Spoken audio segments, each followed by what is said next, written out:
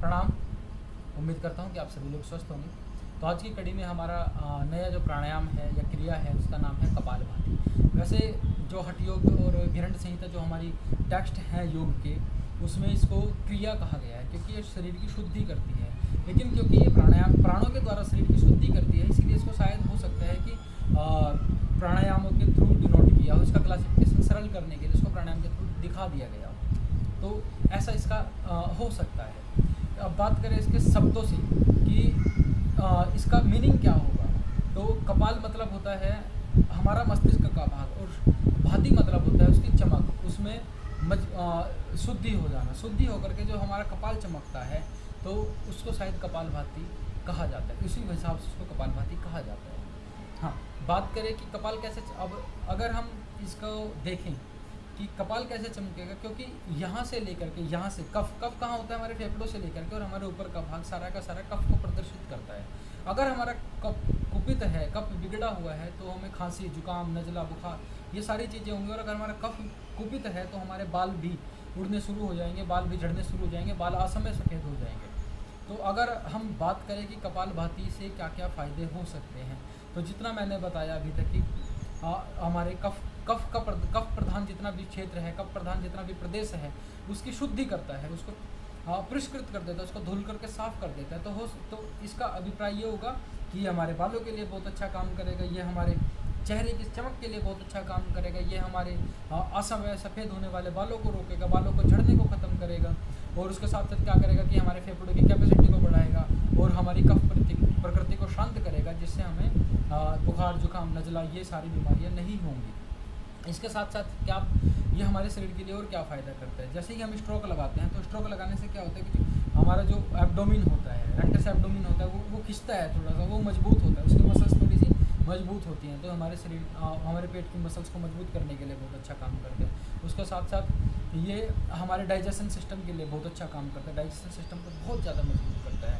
हाँ, उसके साथ क्या करता है, ये हमारे जो स्पर्म काउंट है, स्पर्म काउंट को बहुत ज़्यादा बढ़ा देता है, ब्लड में शरीर में ब्लड के फ्लो को नियंत्रित करता है। तो ये इतना काम हमारे लिए करता है, चेहरे की चमक बढ़ाता है। और इसके जो बेनिफिट जो व्यक्तिगत रूप से भी मैंने देखे हैं, जितने जो साधक थे या जो करने वाले थे उनको मैंने कराया है, और उनके बाद जो मैंने रिजल्ट देखे हैं कि शरीर में जो छोटी मोटी गांठें शुरू होती हैं बननी, सिस्ट बन जाती है, वो कहीं भी हो सकती है, बॉडी में किसी भी भाग में हो सकती है, उनको बहुत जल्दी ये गला देता है, उनको समाप्त कर देता है और शरीर को बिल्कुल शुद्ध कर देता है। उसके साथ साथ क्या करता है कि जो पथरी, जो स्टोन बनने शुरू हो जाते हैं हमारे शरीर के अंदर, स्टोन के लिए बहुत अच्छा काम करता है, स्टोन को पिघला करके बाहर निकाल देता है।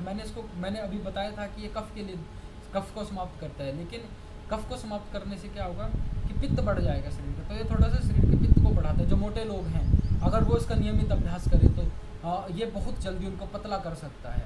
लेकिन अब थोड़ी सी सावधानियों की बात करें कि इसमें क्या क्या सावधानी रखी जानी चाहिए। तो जिसका बीपी पहले ही फ्लक्चुएट है, जिसका बीपी हाई रहता है, उस व्यक्ति को इसका अभ्यास करना नहीं चाहिए। अगर करना भी चाहिए तो किसी दिशा मतलब किसी कोई देखने वाला हो, किसी की देख रेख में ही किया जाए तो ज़्यादा बेहतर है। तो एक तो ये पित्त रोगों में बिल्कुल नहीं करना चाहिए, क्योंकि पित्त को बहुत ज़्यादा कुपित करता है, पित्त को बढ़ा देता है। तो इसलिए पित्त वाले रोग जितने भी हैं उसमें इसका नहीं किया जाना। अगर पित्त बढ़ता है शरीर में, खट्टी खट्टी डकारें आती तो इसका अभ्यास नहीं करना चाहिए, इसका अभ्यास बिल्कुल भी ना करें तो ज़्यादा बेहतर है। हाँ, कई बार क्या होता है कि जैसे हम इसको करते हैं तो जब हम स्ट्रोक लगाते हैं तो हमारी स्पाइन में, हमारी कमर में नीचे वाले भाग में दर्द होना शुरू हो जाता है। अगर ऐसी स्थिति उत्पन्न हो तो क्या करें कि हमें दीवार के साथ सट करके बैठ जाना है, दीवार के साथ सट करके बैठ करके हमें कपालभाति का अभ्यास करना चाहिए। अब हम बात करते हैं कि कपालभाति कैसे किया जाता है।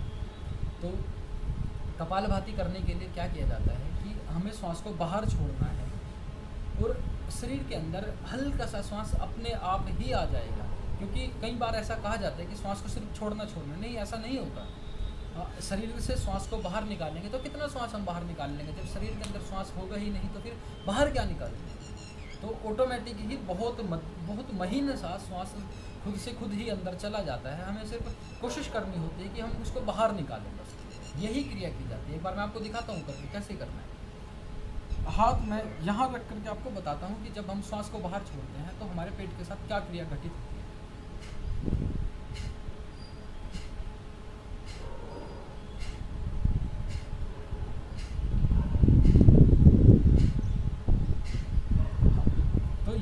ये करना है इसमें बार बार। क्या होता है कि जब हम सांस को बाहर छोड़ते हैं तो हमारा एब्डोमेन अंदर की तरफ खींचता है। तो जब अंदर की तरफ खींचेगा तो इससे ही हमारी मसल्स मजबूत होंगी, पेट की मसल्स मजबूत होंगी, डाइजेशन सिस्टम अच्छा होगा। तो ऐसे इसको किया जाता है। और इसको कितनी देर तक करना चाहिए? इसको 10 से लेकर के 60 और 60 से लेकर के 100 तक स्ट्रोक लगाने चाहिए जब आप शुरुआती दौर में हो, जब आप शुरू कर रहे हैं इसके। 10, 15, 20, 25 ऐसे धीरे धीरे बढ़ाते रहे। और फिर कई बार ऐसा देखा गया है कि इसको ज़्यादा लंबे समय तक भी किया जा सकता है। अगर कफ की प्रकृति ज़्यादा है तो आप इसको 5-7 मिनट तक भी कर सकते हो, लेकिन उसमें थोड़ा सा ध्यान रखा जाना चाहिए कि हाँ, थोड़ी देर किया इसको, 20, 30, 50, 100 स्ट्रोक लगाए, इसके बाद रुक गए, फिर 20, 30, 50, 100 स्ट्रोक लगाए, फिर उसके बाद रुक गई।